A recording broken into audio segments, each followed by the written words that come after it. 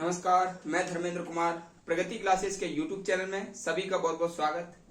आज बात करेंगे लंपी स्किन वायरस के बारे में, जो कि अभी वर्तमान में एक ज्वलंत मुद्दा बना हुआ है।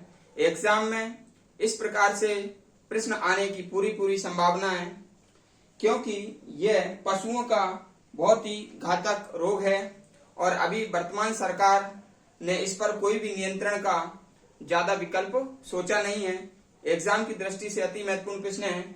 यूनिट ट्रिक के माध्यम से जितने भी फैक्ट इसमें मैं बताऊंगा एग्जाम की दृष्टि से बहुत ज्यादा महत्वपूर्ण है। तो देख लेते हैं। निम्न बिंदुओं के आधार पर लंपी वायरस पूरा समाप्त करेंगे। आयुष मेडिकल में इसके आने की पूरी संभावना है। एक या दो प्रश्न इधर से आएंगे, तो इसलिए अच्छे से इसको पढ़ेंगे। शुरुआत, तो जो लंपी स्किन वायरस है, इसकी जो शुरुआत हुई वो 1929 दक्षिण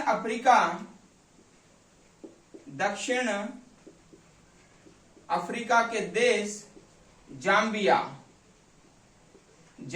में ये सबसे पहले यह रोग फैला था। ठीक है, तो ये हम याद करेंगे। सबसे पहला प्रश्न तो यही आ जाएगा कि किस देश में सबसे पहले ये लंपी वायरस फैला था। ठीक है, तो ये फैला था 1929 में। सन पूछ लेंगे कब शुरुआत हुई, 1929, और देश पूछ लेंगे दक्षिण अफ्रीका का, ये जाम्बिया देश। ठीक है, फिर आगे चलते हैं। इसमें अभी वर्तमान में जो भारत में इसने ज्यादा आपत्ति मान ली दर्शाई है, वह है राजस्थान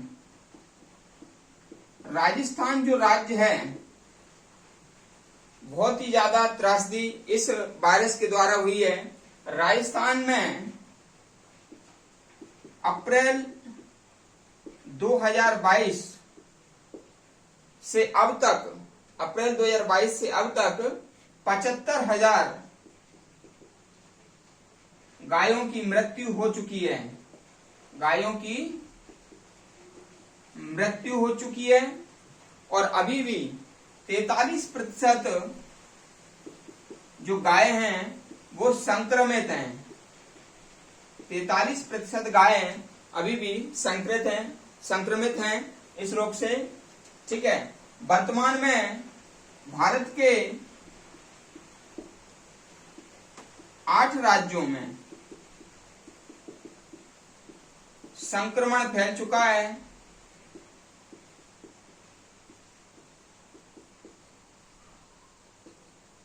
और वह 8 राज्य कौन से हैं?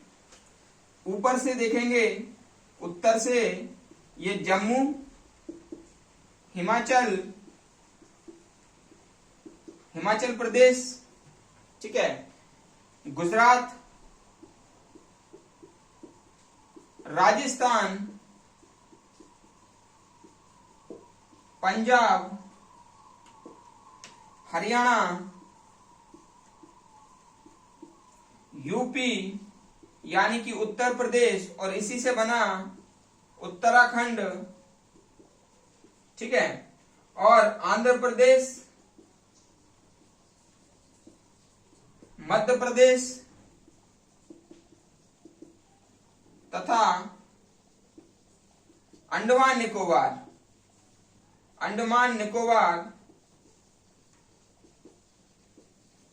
इन राज्यों में और केंद्र शासित प्रदेश में लंपी वायरस का कहर गायों पर, गौवंश पर टूट पड़ा है। और यहाँ का जो सरकारी तंत्र है, अमला है, वो इतना इस पर एक्शन लेने के विचार में नहीं दिख रहा है जितना कि दिखना चाहिए। एक राज्य में 75,000 गायें खत्म हो जाती हैं और राजस्थान सरकार उचित प्रबंध गायों के लिए अभी तक नहीं कर पाई है। भारत सरकार भी जो वैक्सीन अभी बन रही है उसका ट्रायल में 2-3 महीने लग जाएंगे। ठीक है ना, तब तक इसका संक्रमण और ज्यादा फैल जाएगा। इसके अलावा गायों में ये जो वायरस एंटर किया है, इससे पशुधन, गौधन, इसमें क्या मान लीजिए नुकसान आएगा, कमी आएगी और आगे दूध की मात्रा भारत में प्रभावित होगी। ठीक है, आगे देख लेते हैं प्रभावित जंतु। ठीक है। तो इसमें जो प्रभावित जंतु है वो गौवंश है। कौन से? गौवंश। गौवंश इसमें प्रभावित होते हैं और गौवंश के अंतर्गत आते हैं, गौवंश के अंतर्गत 3 आते हैं। एक तो आता है गाय, बैल और बछड़ा, ये 3 इसमें आते हैं। ठीक है। तो इसमें जो प्रभावित जंतु हैं गाय, बैल और बछड़ा, गौवंश आते हैं, लेकिन बहुत कम मात्रा में भैंसों में ये देखने के लिए मिला है। लेकिन भैंसों में इसलिए ज्यादा प्रसारित नहीं हो पाया ये, क्योंकि भैंसों की जो प्रतिरक्षा प्रणाली है वो बहुत ही ज्यादा स्ट्रांग होती है। ठीक है। इसलिए जो गौवंश है वो शिकार हो रहे हैं इस वायरस के। ठीक है। तो देख लेते हैं फिर आगे है, ये वायरस के बारे में थोड़ा चर्चा करेंगे। तो जो लंपी वायरस है, लंपी वायरस,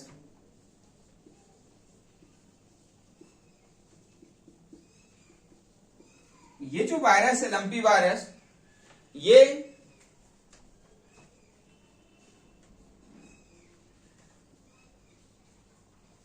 कैप्रीपॉक्स वायरस है। ये एक प्रकार का कैप्रीपॉक्स वायरस है जो चिकन पॉक्स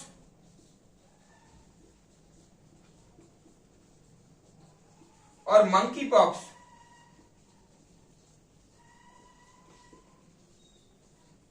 के परिवार का है।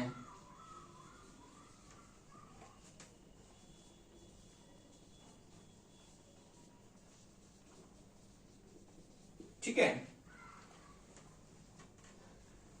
ये जो लंपी वायरस है ये कैप्रीपॉक्स वायरस है एक प्रकार का, जो कि चिकन पॉक्स और मंकी पॉक्स परिवार का है। ठीक है। इसके अलावा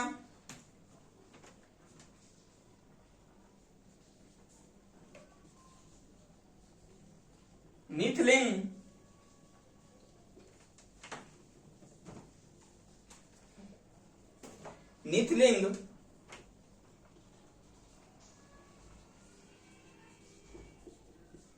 वायरस भी इसे कहते हैं, वायरस भी इसे कहते हैं।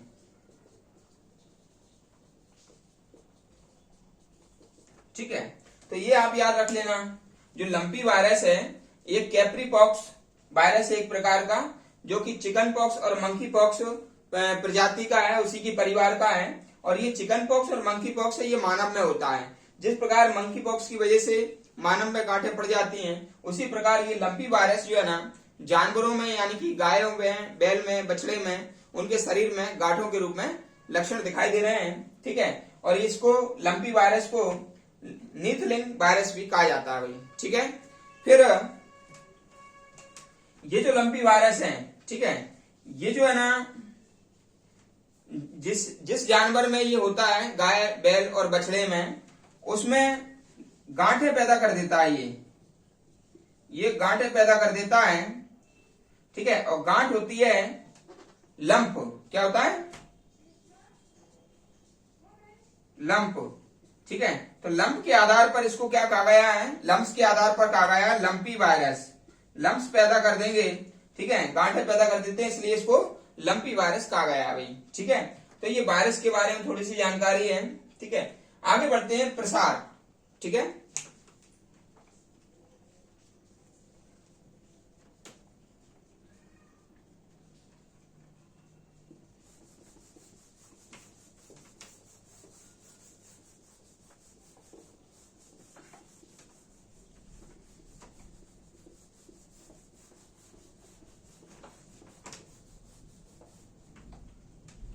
तो प्रसार देख लेते हैं, ये वाला।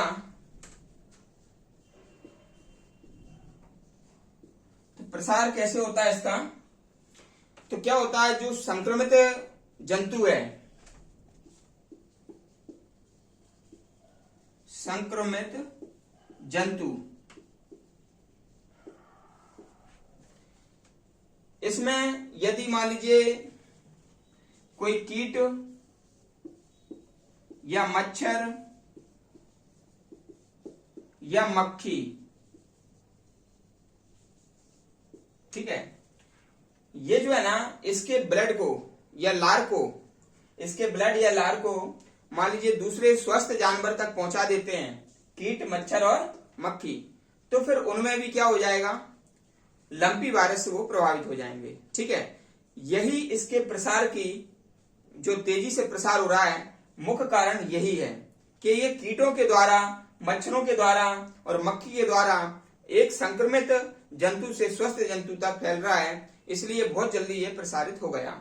यह जिस प्रकार से मानव में कोरोना वायरस मान लीजिए फैला था महामारी के रूप में, उससे ज्यादा खतरनाक ये रोग है भाई जानवरों का। क्यों?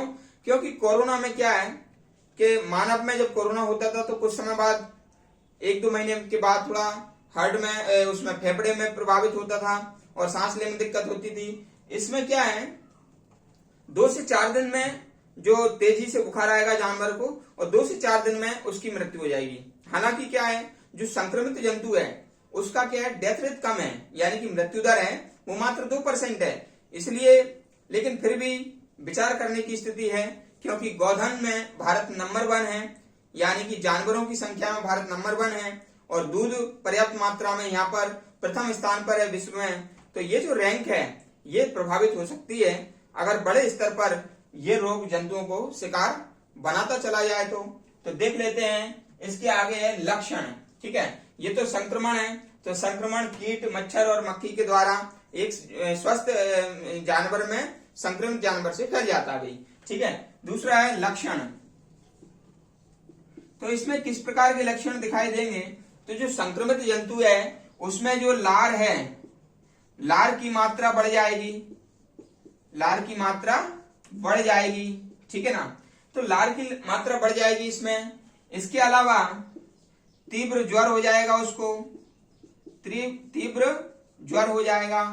ठीक है, उसकी नाक से तरल पदार्थ निकलने लगेगा, नाक से तरल पदार्थ निकलने लगेगा। इसके अलावा उसके गांठें पड़ जाएंगी, शरीर में गांठें पड़ जाएंगी। अब गांठें शरीर में कहां कहां पर पड़ेंगी ये देख लीजिएगा। जो चेहरा है वहां गांठें पड़ जाएंगी, ठीक है ना, उसके सिर में गांठें पड़ जाएंगी, उसके प्रजनन अंगों में गांठें पड़ जाएंगी। तो ये कुछ स्थान है जहां पर उसके गांठें पड़ जाएंगी। ठीक है, तो ये लक्षण, और वो अस्वस्थ दिखाई देगा, वह चारा और खाना छोड़ देगा और 2 से 4 दिन के अंदर उसकी मृत्यु हो जाएगी। ठीक है, तो ये उसके लक्षण दिखाई दे रहे हैं। अगला है बचाव एवं मृत्यु दर। ठीक है, तो बचाव तो यही है, बचाव यही है कि जानवरों को वैक्सीनेट किया जाए, वैक्सीनेट किया जाए, उन्हें जो दवाई के द्वारा, दवाई से स्नान कराया जाए। ठीक है, स्वच्छता रखी जाए, गौशाला में स्वच्छता रखी जाए। ठीक है, और उन्हें संक्रमित जानवरों से अलग रखा जाए, उन्हें जो संक्रमित हो गए हैं उसे आइसोलेट किया जाए, आइसोलेट किया जाए, यानी कि अलग से रखा जाए उनके लिए। ठीक है, जो संक्रमित हो गए उन्हें अलग से रखा जाए, आइसोलेट किया जाए, उसका ट्रीटमेंट किया जाए, और जो स्वस्थ है उन्हें अलग से रखा जाए, और जो धुआं किया जाए जिससे कि मच्छर मक्खी उनके पास ना आने पाए, जिससे कि संक्रमण फैलने की दर कम हो जाए। ठीक है ना, तो ये सब इसके बचाव के हैं कारण। अगला है मृत्यु दर। तो मृत्यु दर कितनी है इसकी? 2%। जो मृत्यु दर है वो मात्र 2% है। ठीक है, लेकिन ये आंकड़ा भी बहुत ज्यादा है, 2% भी। ठीक है, क्योंकि बड़े स्तर पर ये बीमारी फैल रही है, इसलिए बचाव जरूरी है। अगला है दूध पर प्रभाव। तो जो दूध है, दूध इसका संक्रमण हो जाएगा वायरस से। ठीक है ना, कैप्री पॉक्स वायरस से इसका दूध संक्रमण हो जाएगा, लेकिन मानव पर उसका प्रभाव नहीं पड़ेगा यदि मानव उसको गर्म करके और ठंडा करके पीता है तब। ठीक है, दूसरी बात क्या है, पाश्चुरीकरण की क्रिया करना चाहिए। जैसे दूध जब उबालेंगे तो दूध को उबाल करके 30 मिनट तक उसको उबालेंगे और 63 डिग्री सेंटीग्रेड, ठीक है, 63 डिग्री सेंटीग्रेड पर यदि 30 मिनट तक उबालते हैं और फिर उसको ठंडा करते हैं, फिर उसको क्या करेंगे, ठंडा। तो इसको कहते हैं पाश्चुरीकरण, पाश्चुरीकरण कहेंगे, ठीक है ना। तो इससे क्या होगा, उसका वायरस और जीवाणु वगैरह ये नष्ट हो जाएंगे और दूध जो है नुकसानदायक नहीं करेगा। फिर अगला आता है 20वीं पशु गणना, ठीक है। तो 20वीं पशु गणना मैं आपको बता देता हूं।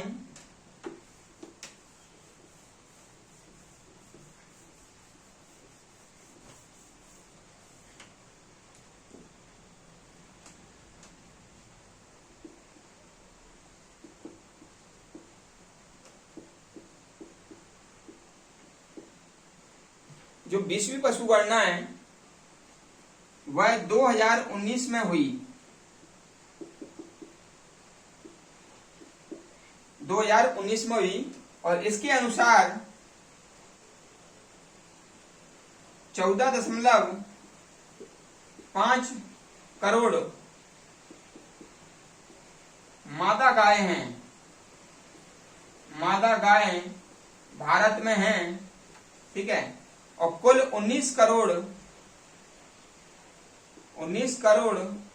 गौवंश है, गौवंश यानी कि गाय, बैल और बछड़ा 19 करोड़ है। 19 करोड़ में से 14.5 करोड़ क्या है, मादा गाय हैं, ठीक है। और 11 करोड़ भैंसे हैं, 11 करोड़ भैंसे हैं, ठीक है। लेकिन ये 2019 के अनुसार है, ठीक है। अब जैसे चूंकि क्या है, बड़ी मात्रा में 75,000 गायें अकेले राजस्थान में ही खत्म हो गई हैं, ठीक है। 43% अभी भी संक्रमण है उसमें, गायों में, और 8 राज्यों में और केंद्र शासित प्रदेशों में और फैल चुका है, मध्य प्रदेश में भी आ गया।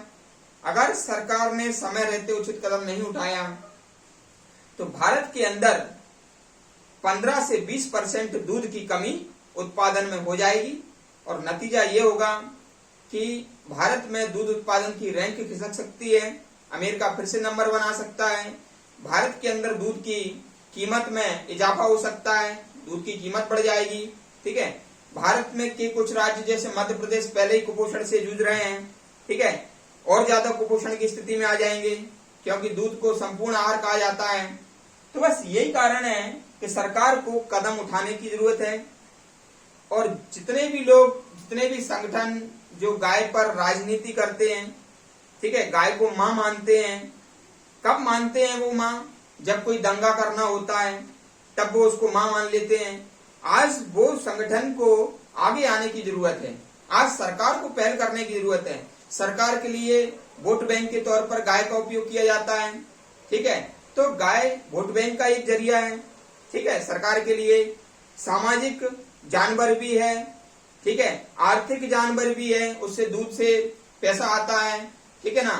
तो जब इतने सारे कारणों वजह से गाय भारत का एक अमूल्य धरोहर है, एक अमूल्य धरोहर है, इसलिए इसका आज ये संकट में है। तो ये संगठन, सरकार, आम नागरिक, समाज, किसान, सबको आगे होने की जरूरत है क्योंकि ये बेजुबान है, ठीक है, बोल नहीं सकती है लेकिन बेजान तो नहीं है, ठीक है, इसलिए इसको बचाने की जरूरत है। फिर इसमें आगे बढ़ेंगे कि जो 20वीं पशु गणना 2019 में हुई, ठीक है, तो पहली पशु गणना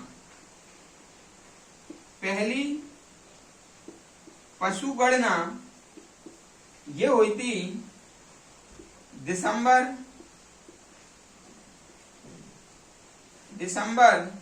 1919 से अप्रैल 1920, ठीक है, पहली पशु गणना हुई थी। प्रत्येक 5 साल में, प्रत्येक 5 वर्ष में, 5 वर्ष के अंतराल में पशु गणना होती है।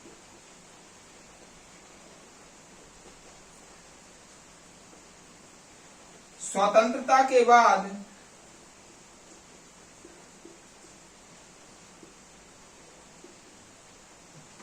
1951 में पहली पशु गणना हुई।